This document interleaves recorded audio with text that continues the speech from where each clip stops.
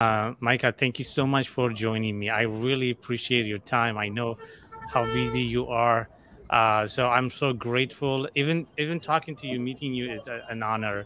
Yeah. So I want to ask you a question that, since I started watching your channel, the first thing I watch is you talking about South Korea, Ethiopian culture, what they did there. So my first question is how did you end up in South Korea? Appreciate, man. Thank you for Yeah. having me. I'm excited to be here, and I Oh, can't wait thank to have you. this amazing conversation. Yeah. So, well, I went to South Korea in 2013. Soon Hmm. after I graduated from my high school, I got an opportunity, from the Korean government scholarship. Wow. They kind of like every year they give to different countries around the world, and in Mhm. Tanzania they give like to two students each year. And in that year, I was lucky enough, and God's willing, I got a chance. So I went there and I learned Korean for like 9 months. And then I took my bachelor in economics for like 4 years. And Okay. then I worked a little bit. And yeah, and then I started to do what I'm doing right now. So basically, in total, I lived in South Korea for like nine years now. 9 years. And now I'm in Wow. So, Tanzania. Yeah. okay. So is it hard to learn the language? I know your Oh, native language is Swahili. yeah. English is okay. Then learning Korean is, I'm sure it's going to be very hard. So, first of all, man, for me, it has always been difficult to learn language. Okay. Even English, I struggled a lot. Like I started to learn English when I was in South Korea, actually, because I Uh-huh. realized that people cannot speak Swahili, so I need to speak English. So I was learning English and Korean at the same time. And studying Korean, it was crazy. It was Hmm. really hard. Like, to be honest, I was the slowest learner you could ever imagine in the class. I just want to keep hundred Imagine. percent. All right, I'm smart, but when it comes to language, it's kind of difficult. So, it took me a while, to get there. It Okay. took me like 3 years to start speaking a little bit of Korean. 3 years, but Wow. right now, I'm good. Mm. Very good. So let's go to now. You learned about what Ethiopia did in between the Korean War. To be honest, I mean, including myself, most Ethiopian know that some, the government or the king at that time sent soldiers when they have the war broke out. After that, we don't have much history. We don't really pay attention what really happened there, and even how the South Korean government really honored the soldier. They gave their life for their freedom or for their whatever they have. So when you found out what Ethiopian did in South Korea, what is your first reaction? To be very honest with you, I also feel that they yes, they honor Ethiopia for what Ethiopia has done to South Korea, but Hmm. I think it's not enough. Do you Hmm. understand what I mean? I think it's Wow. not enough, Okay. and I've never said this before, so this is exclusive. This, my Hmm. first time to say this. I think it's not enough because right now, if Ethiopian wants to go to South Korea, they need to find a visa. They need to apply for visa. Hmm. And people like America or other countries that actually, even South Africa, South Africa, if they want to go to South Korea, they don't even need a visa. They can go there, stay for Wow. 90 days, yeah, or 60 days. But Ethiopia, the country that has really helped, South Korea during their struggle, and a lot of, Hmm. Ethiopians, Africans died during that war.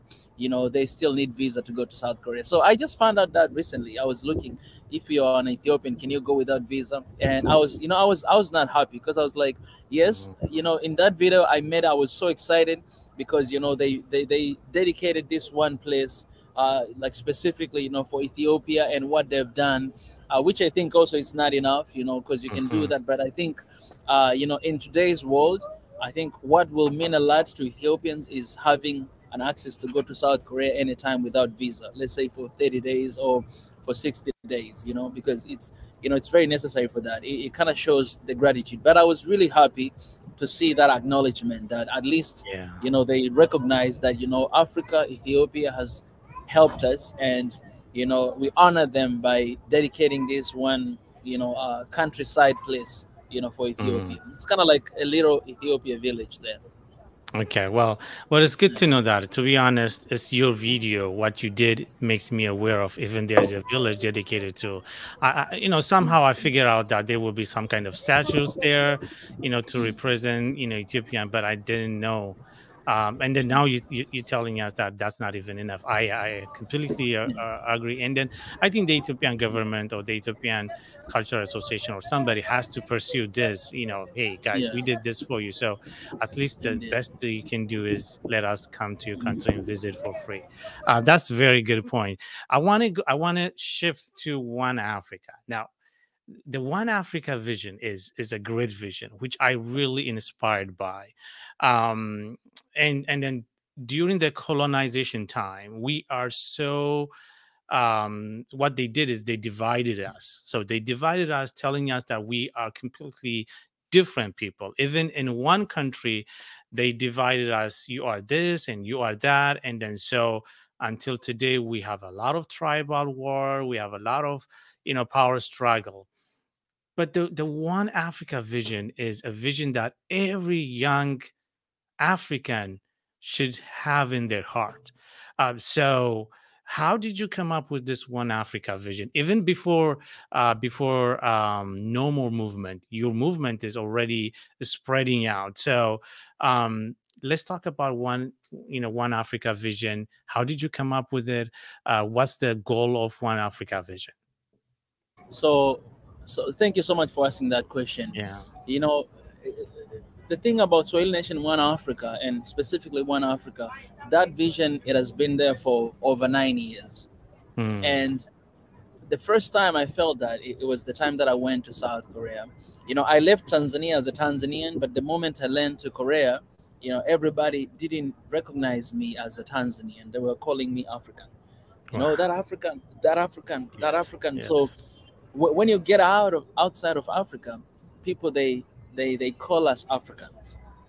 Some of Hmm. them, they don't even care where we're coming from because they only know Africa. They don't even know. They're not even sure. But as long as they see you're black, you have a dark skin, they call you African. So I Yes. think that it kind of like awakened me a little bit that, oh, so these people, they see me as an African, and they include everybody here as an African. It has a good side and also bad side. Bad side is, when one African do something bad outside of Africa, Oh, they say Africans, they'll, yeah, everybody's included. So yeah. at the beginning, I didn't really like, to be very honest with you, I didn't like. So my mission, it was to introduce Tanzania to Korea. So I Hmm. went to kindergarten schools, I went to middle schools, I went to high schools, even university, teaching about Swahili language, teaching about Tanzanian culture. Yeah. Sometimes I taught about Kenyan culture because we kind of like have a similar culture, like East African culture.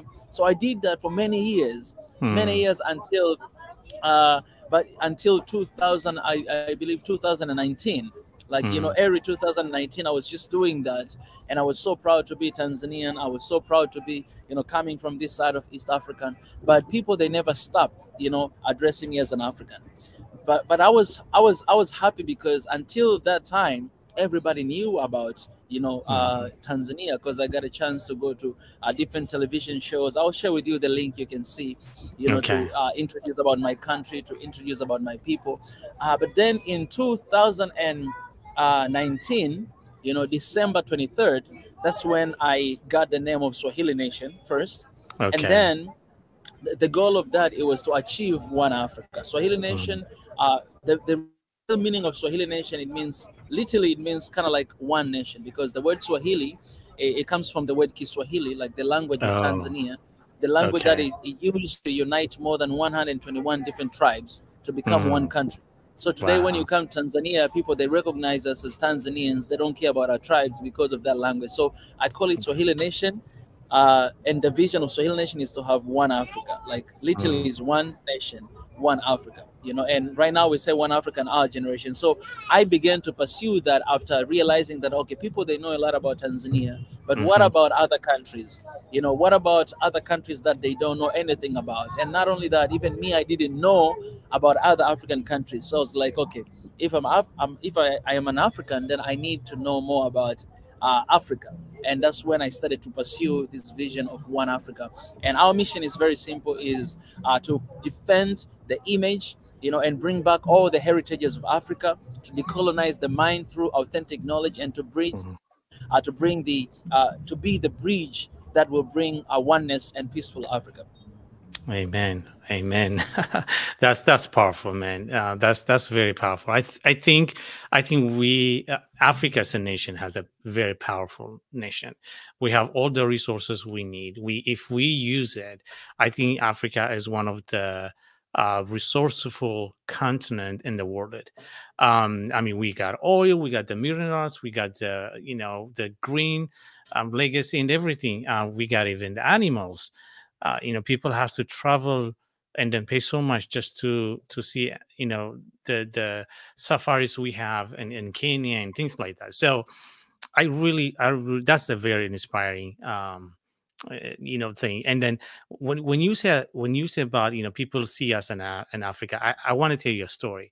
Right after I came to the United States, I came here about 2004, and then I met a guy, and then he said, "Hey, where are you from?" And I said, "I'm from East Africa, Africa, originally from Ethiopia."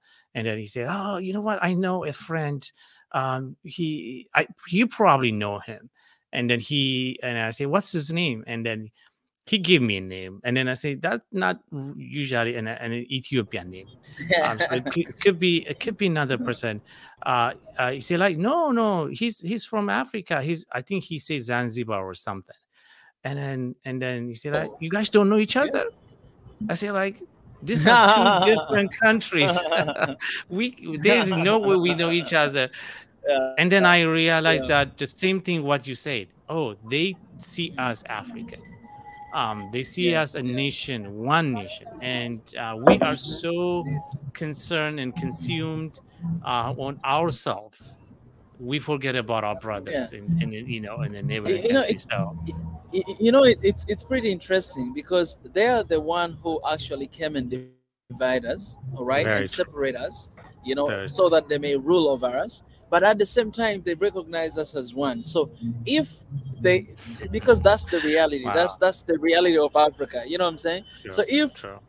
if they messed up, our land and our identity as one, and now we have these 54 different countries and different tribes, and we feel like we're not one people. If they mess that up, but at the same time they still recognize us as one, why don't we hang Why don't on we? That's a onto good point. that? Exactly. Why don't we That's good. accept that we are actually one people? Because even them, that's how they see us. If you're in the diaspora, you will know that Mhm. nobody will even bother to call you, "You're from Ethiopia." No, they just say African, Africans, Africans. That's Mhm. what they. Mhm. That's who we are. If they do That's that, true. why don't we?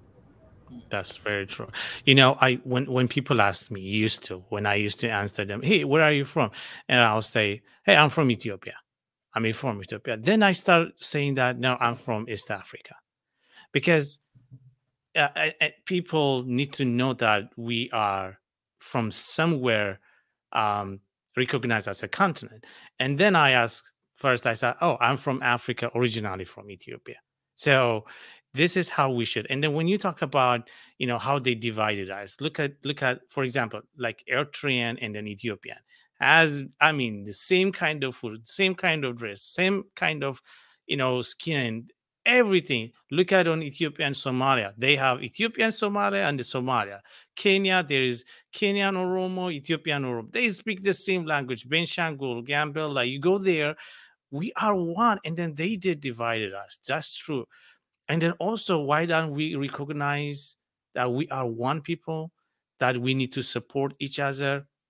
It's still a puzzle. But I think this movement will change a lot of young people. I think this young generation need to realize that we not like our bad past. We have a better Yeah, future, and then unless we yeah, work together, we cannot do that. Especially now, I want to talk about, especially you posted a couple of days ago about African immigrant held in Morocco, Spain border or whatever, which is really heartbreaking. You know, and then we saw a massacre in Ethiopia. I mean, more than 500 people just killed, like animals. Those are the story that we really painful for us, especially after what happened to Rwanda. You know, it should be a lesson to leaders and Africans, um, how to change that. To change that our brothers being killed in a foreign country, thrown in the ocean. We heard the story that is familiar with us now, that immigrants in both sink in Italian coast, 200 people died, and things like that. What do you think we need to do to move out from that? I tweeted something the other day, on Twitter, and I will start addressing the Moroccan Spain border issue, and then I'll come to Ethiopia. I Okay. said we cannot change Africa by running away from Africa. And this year, when we started in One Africa, we said that we're going to be brutally honest with ourselves because we need a change. And if we need a change, we need to tell each other what is wrong. For me, one of the issues that we are facing in Africa, and it has been for a long time, we're not solving problems because we always try to run away from the problems. You know what I'm saying? Like we Yeah. always try to run away from the problems. Yes, staying there, at the middle of the problem, there's a lot of sacrifice and risk to take. You might lose your life. You know what I'm saying? You might lose your house. You might lose everything you have.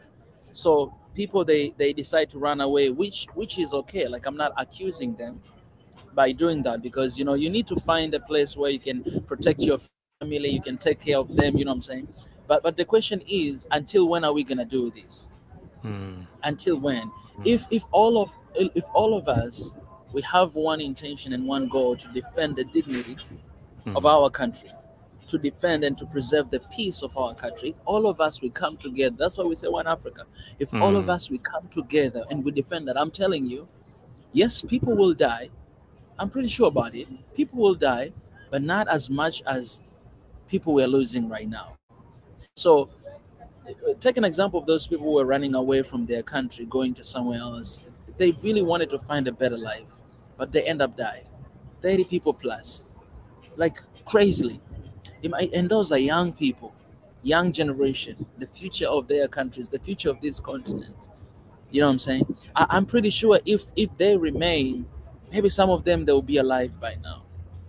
You know what I'm saying? If all of the people come together and love, I mean, if we truly love our countries, we truly love our continent, we must fight for it. We cannot fight for it by running away from it. We're not gonna bring change if we run away from the continent. It's not gonna happen. And for that, I know there's a lot of diasporas like you and others that I talk to them, a lot of time. They're doing amazing. They're doing great. Like they're still outside of Africa, but they're still contributing a lot to the continent and trying to improve the situation. Kudos to them. And I always salute them. But I'm talking about those who basically, literally running away from the problem. You know what I'm saying? Because solution, like, you don't have to be in the continent to solve issues that are going on here. You might be outside and still doing something to make change, to bring about change. So for those, I salute them, but I'm addressing to those who literally running away because they're thinking there's a better life in Europe or in the US. Because the truth is, there's no better life for them. That's There's true. no life for Africans outside of this continent, because the system is not for us. Whenever you go, you're just gonna be like a slave or treated like an animal, not like a human being. You would rather stay here home and trying to build something for yourself, the place where people appreciate you for who you are, look at you as a human being. And that's what we are trying to fight for. That's the reason why I decided to come back. Because when I Wow. was reading, I got a lot of offers. I had like my salary, like per month, it was like $3,000 that I was Yeah. receiving per month. And when I was leaving, I got a lot of offer. People, they say you should stay, you should stay. And also I had a scholarship to go to Spain, Barcelona, to start masters. But the moment Wow. I got here home, I called them and I told them that I'm not coming. My country need me, my continent need me. I'm gonna stay home, and I'm staying here. I don't get that 3,000 or whatever, but I'm staying here because I want to build a better future for my kids and for the next generation, for us, because I have a vision for Africa. And in order to see that Africa, I need to work hard, I need to sacrifice, I need to take risk to make that vision reality. You know what I mean? Yes. So that's Yes. what I can address to those people. And for the case of Ethiopia and what's going on there, you know, um, You know, it's really sad. It's really sad that we Africans, we don't learn from our past mistakes. We were talking here about, you know, people who came and divide us, and Mm-hmm. sometimes we blame them, but the true enemy, the true person to blame is us. Mm-hmm. Some of our ancestors who sold our people, who allowed that to happen back then, and even today there are people who are allowing it to happen, and we are in this mess, Africa. You know what I'm saying? The problem is we don't learn from our past, and some of us, we don't even know the past. You know, we don't work hard enough to resolve these conflicts, because I'm like, i've been I've been researching and studying about Ethiopia for more than 2 years now. Mm. Like I've seen like conflict started, you know what I'm saying, and I've seen it elevated to another level to where Mm. it is right now. That is insane. And I've been talking for more than 2 years. So Yeah. my question is always this, that okay, this issue happening again, what is the plan? What is the Mm. strategy to stop this? Mm. What government is going to do about this? What is it That's planning true. to do about it? But it's not saying anything, right? So it's hard, and people are frustrated because their brothers and sisters and the family are dying. So if you Mm. have a plan, at least talk to us, at least acknowledge what is going on. But nothing is there, which is driving people crazy. And some people, you know, they hate the country, they run away, which I don't agree with that, you know. Mm. But I think this is what I believe. I believe the power is in the people. If That's very true. Ethiopians all over the country and outside of country coming together, like forget about Amhara, I'm Tigrayan, I'm Oromia. If all of us come together and say, you know what, Yeah. stop killing Ethiopians. Did you understand that? Stop Yeah. killing Ethiopians. Because I Ethiopians. can I can stand and say stop killing Amhara. People who will support me is Amhara people.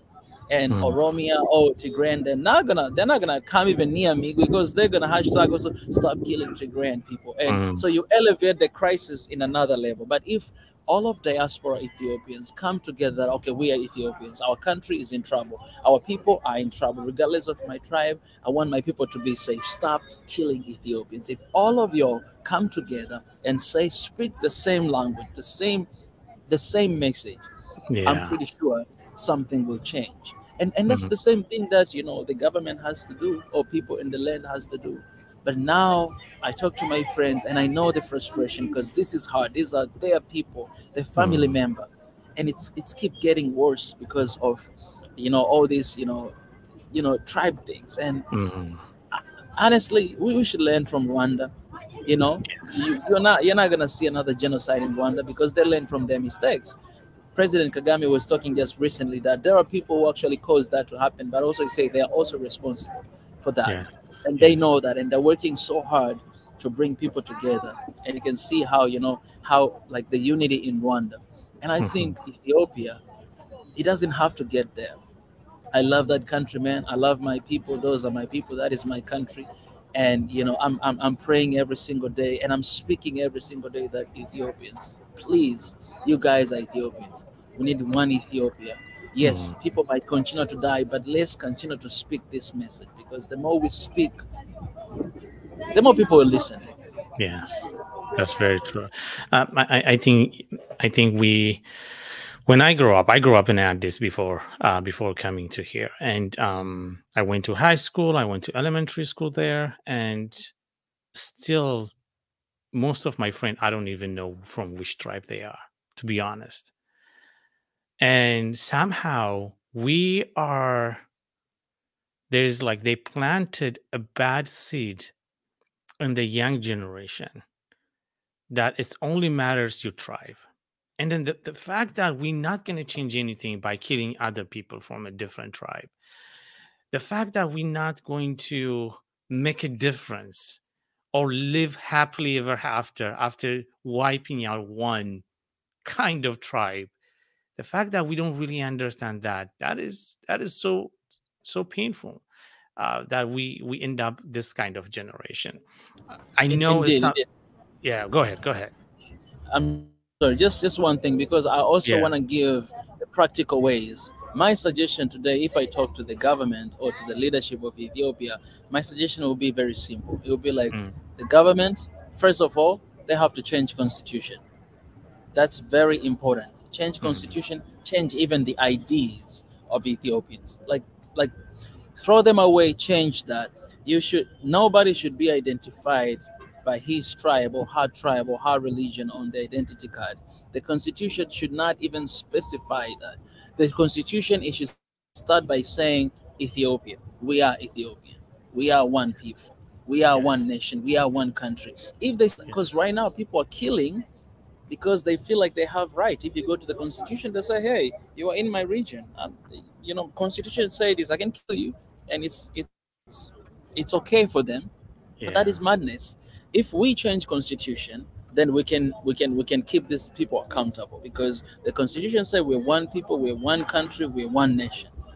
That's who Yes. we are, and it's possible for government to do that because they're in charge and they see what is happening. They might not doing Yeah. that. Yes, you can transform it like over 5 years or 10 years, but people are dying, brother. More than Yes. 500 people to die. That's insane, man. That is That God. is very insane. Man, like God is even watching and it's like, what are you guys doing? That number of Mhm. people, there's a problem, and that problem, if it's not fixed as soon as possible, oh man, these people, they're gonna want to do revenge as well. And where are we gonna be? Yeah. As a man of faith, I really pray for for my country, and then I always say, God, take this thing away from us. Help us. And then each time things get worse and worse, and then sometimes you lose your faith. Like it's so hard to hold on faith, but we still have hope. Now I have really hope in my country because I see that we are in the road of prosperity. I mean, the big the dam is amazing what the government is doing. I mean, they're producing wheat now. They're planning to export next year, but it shouldn't be on the expense of innocent's life. And the government, I 100% agree with you that the constitution start change. We need to talk about it. We need to raise our voices that this constitution is not helping our country. It's making us to kill each other. And then let's move on. And then unless we change ourselves, we cannot change our neighbors. We cannot work with our neighbors. And so I hope people who is listening to us today is take one step. I know until we make a change, there's a lot of painful Yeah, things that we're going to see, but we have to work together, join yeah, hand in hand, and then move on to the better future. And this is yeah, the message, we want to pass to Africa. Everybody who hears this has to come together to change our yeah. nation, our countries, our continent. And I know I have few minutes, so I want to I want to ask you about two people that you posted on your YouTube channel and then a Twitter. The first one is Sadio Mane. I know you're inspired by what he does. So I know you are a soccer fan. I know unfortunately, you are for Manchester United, right? There is no unity while Why? you're Why? supporting No. Manchester Why? and then I Unfortunately, supporting why? Arsenal. Why? Me and you were in the same Arsenal. level right now. You know what I'm saying? Me, me, Dude. me and you were in the same level. But this Yeah. new season is starting. I have hope. I have hope for my Yeah. club. You know what? I really looking forward a day that African focuses on African football, about South Africa, about Ghana's Oh yeah, clubs, and then we fight about yeah, them, not yeah. for the anyways, that's a different topic. So you posted what he does with his money, and Mm, I think I think that's inspired a lot of mm, people who can mm. invest in their continent. Like people Yeah. who are, I know a lot of rich, Africans, doctors, professors, Mm, people who has investment in this country, but this everything stays in here. They pay taxes and then that's it.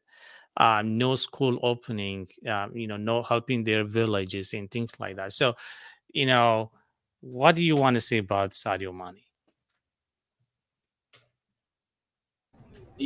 I called him God, like greatest of all time. You know, Hmm. for me, I think we we really like we devalue Hmm. the meaning of God. You know what I'm saying? Hmm. If somebody has scored many goals, playing really good football, we call them greatest of all time. But I Hmm. think it's about the attitude, it's about the dignity, honor, respect. and everything. It's the full package of what the player is doing. Mm, Sadio Mane, you know, that guy, like that guy, he's such a human being. Like mm, it shows that there are people who are very successful, who earn a lot of money, but still they don't forget where they're coming from, and they do not forget their people. For me, my wish is Sadio Mane to become a president of Senegal one day, because I know he's going to transform that country, because he has been leading by example. true. He has a lot of Very money, true. he has a fame, he has everything that everybody wants or needs, but look at how he is. He's too Mm, humble, because the problem of Africa is power and money. Once somebody get money or get power, they change. Sadio Mane, he has both, but he's the same human being. Those are kind of leaders we need into this continent. And those are yes. kind of Africans that we need, that will invest into the continent. Think about the neighbors. Think about others. Just today, somebody commented something. I posted something today. I wanna read this because I think it was really good. I posted Mm, something here today, and let me read it for you. I know you love sure. this comment. Um, where is that comment? Yes, right here. So I posted something about, yeah, the same thing that I said. This was my comment on Twitter. I said the truth is we might not be slaves today, but our continent is a slave to the rest of the world. If that's the case, what does that make us? And this guy, he commented, he Wow. said, the problem we face is that just as house slaves didn't work as hard as field slaves, and as a result viewed slavery a bit differently, so it is today. Mhm. Some of us are more comfortable than others, and we want to continue in our comfort with little care about those of the race who are not doing as well as we are. Wow. That's Wow. exactly what That's a Sadio Mane. very Yeah, that's exactly what Sadio Mane was doing. That I might be a little bit comfortable because of the income and the life I have, maybe outside of Africa or even within Africa. But what do I do to others?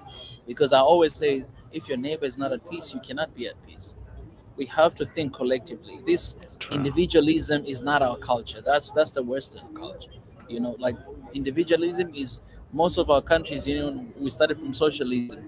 What I'm Mm, saying is, we just need to care for one another. We just need to lift each other up. Africans, we need to stand for very one true. another. We always need to represent one another, to defend one another. Ethiopia is going through trouble. We have to stand with Ethiopia. Congo is going through trouble. We have to stand with Congo. If Yeah. Tanzania goes through something hard, we have to stand with them. And that's the mindset that is going to shift and transform this continent. Wow. Powerful, man. Thank you for sharing that. The other person I want you to talk about in a few minutes, maybe 1 or 2 minutes, is um, Thomas Sankara from Burkina Faso. You know, we I never pay attention until I watch your video, Oh, and we lost a man who can transfer Africa in a very short period of time. It was really sad that the former president of Burkina Faso is charged with his murder, yeah. and w- we we killing each other, killing a great leaders of Africa. Haile Selassie being killed by, Dirk or Mengistu. Uh, it's not taking us anywhere. Look where Burkina Faso is today. They're still. I feel like they're still in French colony. Why? Because they removed their great leader. Same thing with everybody. So talk about that legend, Thomas Sankara. Man, my brother, it's really sad. It's really Mm, sad. Very young leader. That's just an evidence that we need a lot of young leaders who can transform this continent and have great vision for this continent. That guy, I will just share two quotes he shared. The first one, he said, whoever feeds you controls you. It's very famous Sankara's quote. wow, wow, Another one, he said, we must choose either champagne for a few or safe drinking water for all. for all, wow. This is kind of man he was. He was Mm, kind of man that he was riding a bicycle because he wanted to talk to farmers. He wanted to talk to his people.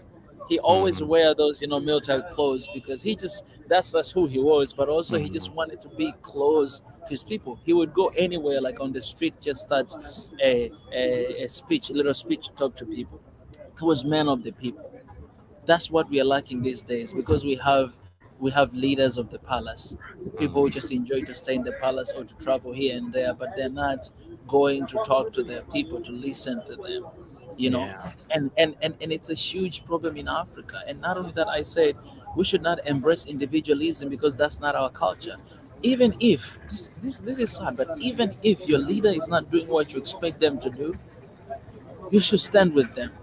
Yes. Because if in your country you have like 5 years election or 4 years, then you just gonna need to wait because you're the one who voted for him. Or if Mm. he's there, he's there. He's just gonna need to wait until that time comes, and then you can choose another leader. Or if there's something that legally, maybe you can whatever impeach the leader, you can do that legally. You know what I'm saying, to do that. But what is sad is that we have people who are turning against our own leaders. Turning against our own leaders because of the power and money, and kill them. And the visions that they started with, they don't get anywhere. And that's we have been seeing that in Africa again and again and again. And that's why our hope, we wish that our people, man, will care for one another, will love for one another, will fight for one Africa, will fight for great leaders. Because man, there's no perfect leader on this earth. We were talking about Ethiopia with the issue that is going on, but I gotta be honest with you, man. There's a lot of great projects are happening in Ethiopia, a lot of great project that I went there, I saw, and I spoke to my YouTube channel, tell everybody what is going on. But people right now, they don't even think about that because of also amount of number of people who are killing. It feels like this is taking away all the good work that the leadership is doing there in Ethiopia, and which is sad. So we need to balance. And at the same time, we also need to be fair, because sometimes we put our leaders in the position of God, and they're not God. You know what I'm saying? We have to work, they have to work in order to bring change. You know what I'm saying? So True. True. I just hope that we'll have more, more Sankaras, in our generation, more Yeah. Nyereles, more Selassie. Yeah. Yeah. There is a verse I really like from Hebrew chapter 11. It says, phase comes from hope, and hope we cannot have faith. And then so I have to have faith in Ethiopia. I have to faith in Africa, that one day I have to have hope to have faith in Africa, that one day this nation will inspire. I mean, this continent has able to feed the world, but we are so dependent on aid, we completely forgot who we are. And I feel like I heard a story said a guy find an egg and then give it to the chickens he has. So when the egg, come out, the egg turned out to be an eagle, but it's eating like chicken because the eagle grew up with the chicken. It's eating like chicken, it's walking like chicken, and then always he look up and then say, I wish one day I can be with like that eagle. It's the same thing. We grow up with this mentality that we have to depend on aid, we have to depend on foreign aid, we have to depend on this war and everything, and we forgot who we are. The most amazing thing I read in one thing is most black slaves during the slavery time were the inventor of a lot of invention today, but because of they are slaves, the invention they did was by name of their masters. And then so this is how powerful Africa is. And it's my prayer, and then we start one day we shine our lights to the world. And so um I wish we're gonna have this conversation some other time as well, but I really appreciate your time. I love your background, by the way. It's really nice. I want to be outside. It's so hot in here. So but if I give you 1 minute, if you want to share one thing, I will give you 1 minute uninterrupted. Send your message. Yeah, I appreciate my brother. Thank you so much, first of all, for an amazing conversation. I'm always honored to talk about Africa. But Yes. most importantly, I hope our young generations listening out there, because we have power to stop every madness that has been happening in Africa. That Mm, power is in the people, not mm, in anybody else. It's in the people. And if people we are tired of what is happening in our countries in Africa, then we must do something about it. That's why we have campaigned this Israel Nation One Africa, be the change that Africa needs. Change to change. I can only change the situation if I change first. If I want to change my country, I have to change first to change everything surrounding me. And so that's my call. That instead of pointing fingers, instead of finding what is the problem, you have to see yourself as a problem first of what is happening, and you have to fall in love with the problem in order to solve that problem. We can't run away from it. We have to face it. There's a risk, there's a sacrifice. We must be willing to go through that if we want to see change in this continent, and our kids and the next generation will be in a much better place than where we are right now. Thank you, Micah, and thank you everyone for watching this interesting, actually, and then also life changing conversation. We are sons of Africans, so we need to. We are sons of Haile Selassie. We are sons of Menelik. We are sons of Thomas Sankara and Mandela. So we need to change our continent, and then it's on our hand, just like Micah said. So if you wanna follow him, find him in Instagram, Twitter, Facebook, and then he has his own channel, Swali Nation. Please follow him, encourage him, be stand with him. We love you, brother. Thank you for everything you do. Next time I'll talk to you, we'll talk about your stay in Africa. I mean, in Addis Ababa. Actually, I was looking forward. I was in Ethiopia at the same time you were there, but Oh, you got COVID and then delayed. oh You man. got there after 4 days. I left Addis. So, Oh, but next that's time, sad. my visit is up from Tanzania, then Addis Come on, man. Come on, man. You got your, how can I say, you got your body here. So Yes, anytime. definitely. That's Yeah, definitely. Thank you so much. God's blessings. Talk to you soon, buddy. appreciate it. I love you, my All right. brother. See you soon. Thank you. All right. All right. All right. Well, thank you so much, Micah. Let me see if I can stop recording this. And then